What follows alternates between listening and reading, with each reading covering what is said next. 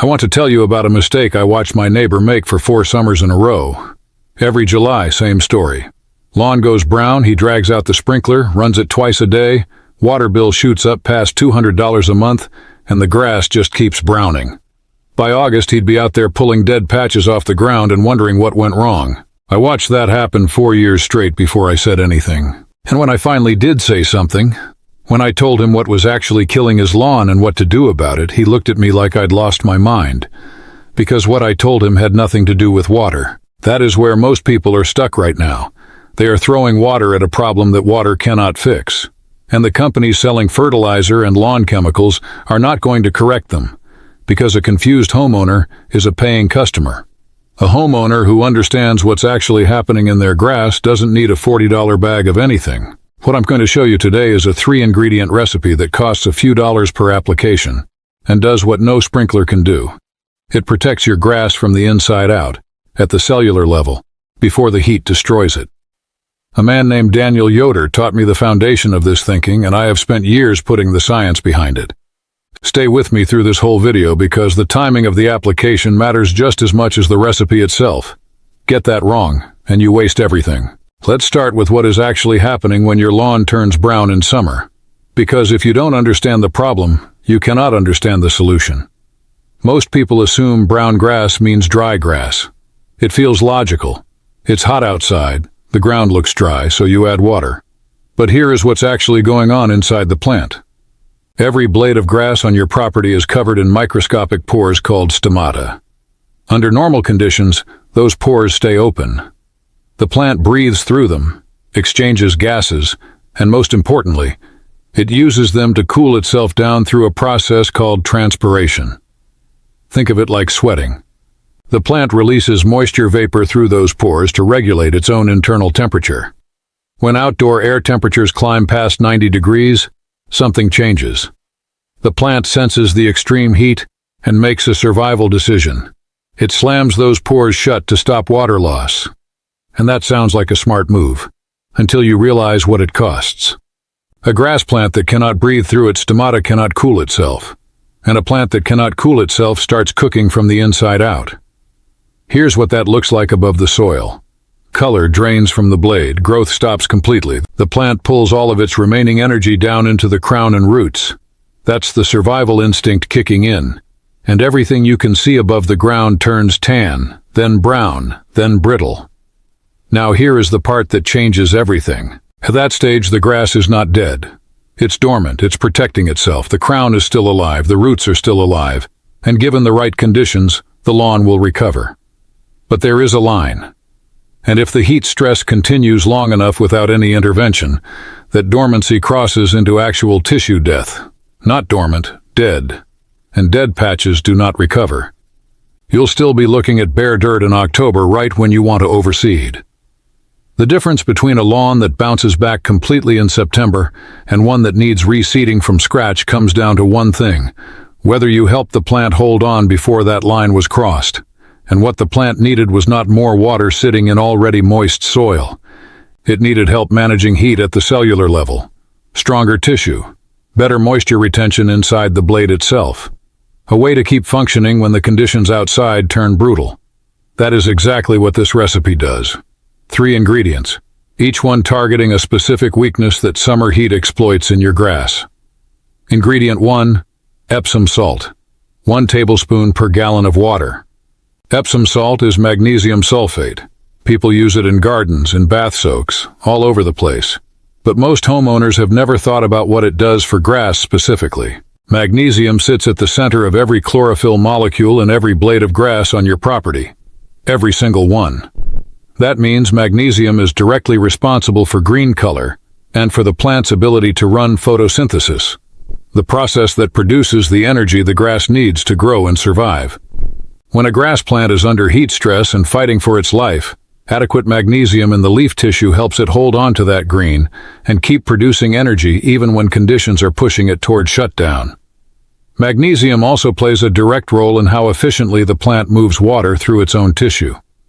During a heat wave, when every molecule of moisture inside that plant counts, that efficiency is not a small detail.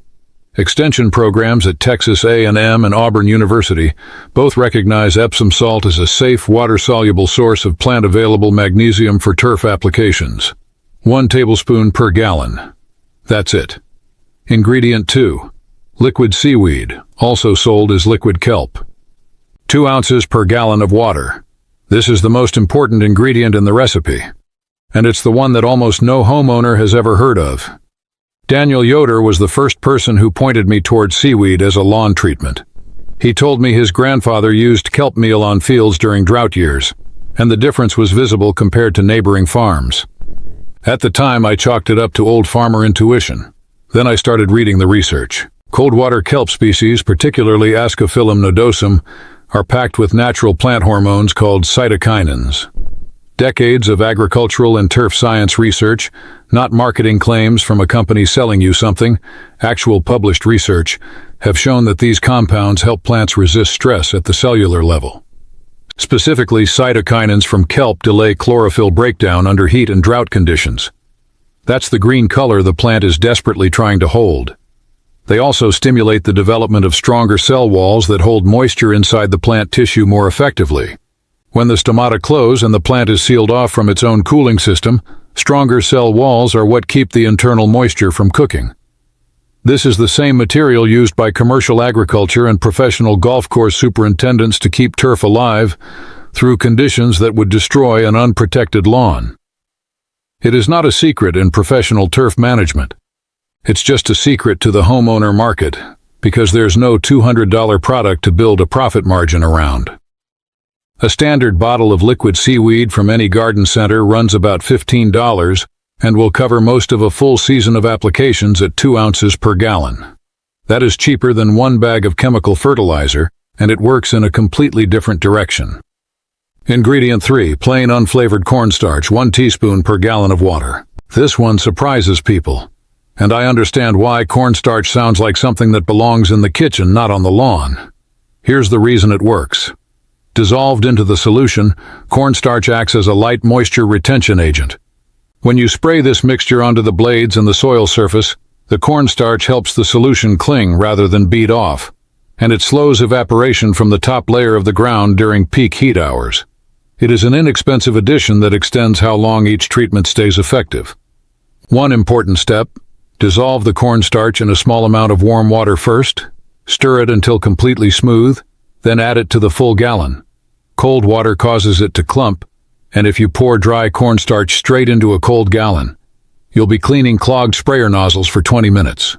The full recipe is 1 tablespoon of Epsom salt, 2 ounces of liquid seaweed, and 1 teaspoon of pre-dissolved cornstarch, all mixed thoroughly into 1 gallon of water.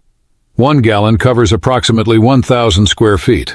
A typical quarter-acre residential lawn needs 3 to 4 gallons per application. Total cost per treatment is a few dollars, with the seaweed bottle covering many applications through the season. Getting the recipe right is half the job. Applying it at the wrong moment wastes everything you just mixed. And during a genuine heat wave, wrong timing can actively damage the grass. Apply in the early morning, before 9 a.m. This window is not flexible. Here's why. Spraying this mixture while the sun is high and temperatures are climbing does 2 things that undo the entire point. First, the liquid evaporates off the hot surface before the grass can absorb any of it. The seaweed compounds, the magnesium, they need time on the blade surface to be taken in. Hot conditions eliminate that time. Second, and this one surprises people, standing droplets on the blade surface in intense direct sunlight act like tiny magnifying lenses. They concentrate heat onto the exact tissue you're trying to protect, and you end up scorching the leaf instead of strengthening it. Early morning eliminates both problems. Temperature is low, evaporation is slow, light is gentle, and the grass has hours to absorb the full treatment before the heat of the day arrives. The stomata are also naturally open in the morning. That's their rhythm, which means the plant is actively taking things in. Magnesium and cytokinin compounds absorb directly through the blade surface, getting into the plant faster than waiting for roots to pull them up from the soil. If morning is genuinely not possible for your schedule, the next best window is late evening after the sun has dropped, around 7 p.m. or later. Just avoid leaving the blades wet overnight in humid conditions, which can invite fungal problems.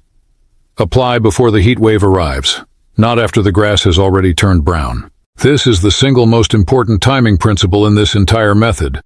The recipe is a protective treatment, not a rescue operation. It works by strengthening the plant before the stress hits, not by reversing damage after it's already done.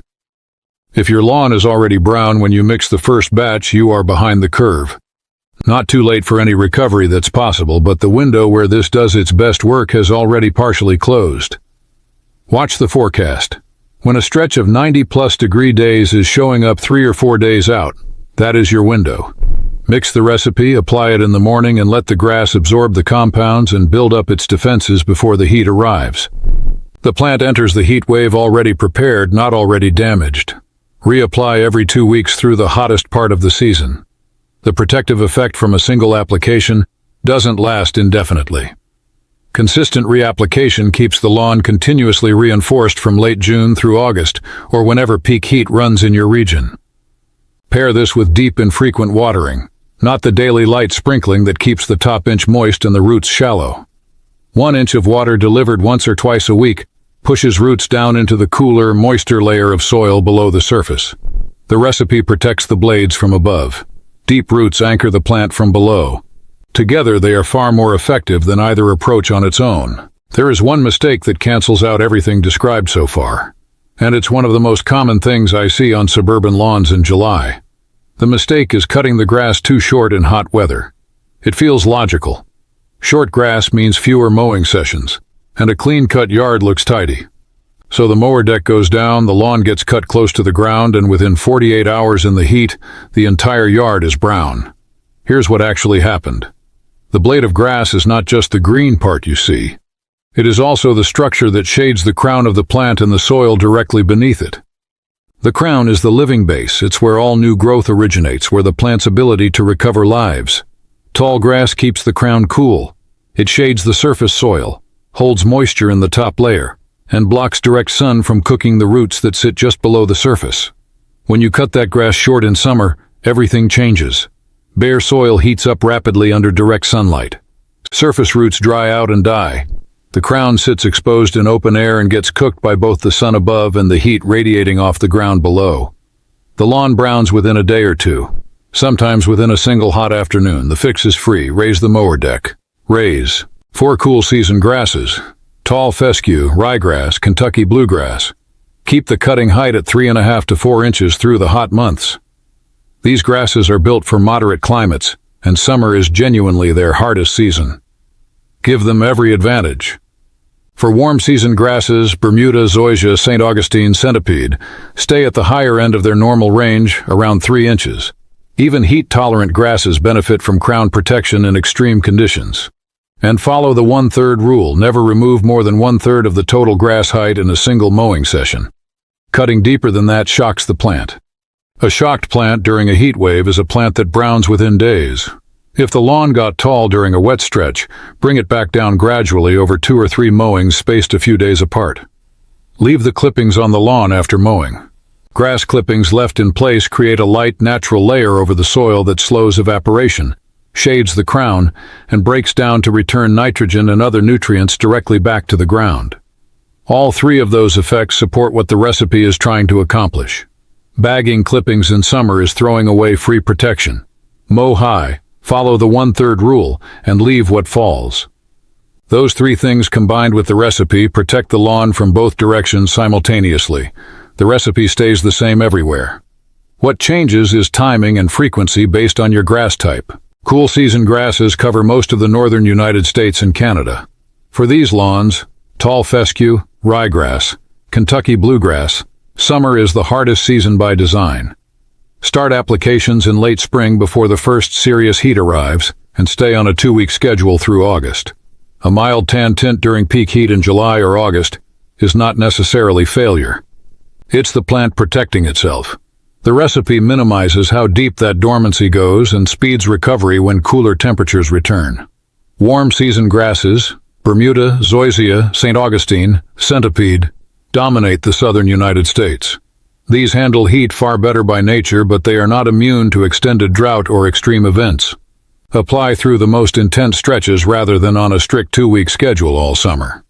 Now, the honest version of what this accomplishes.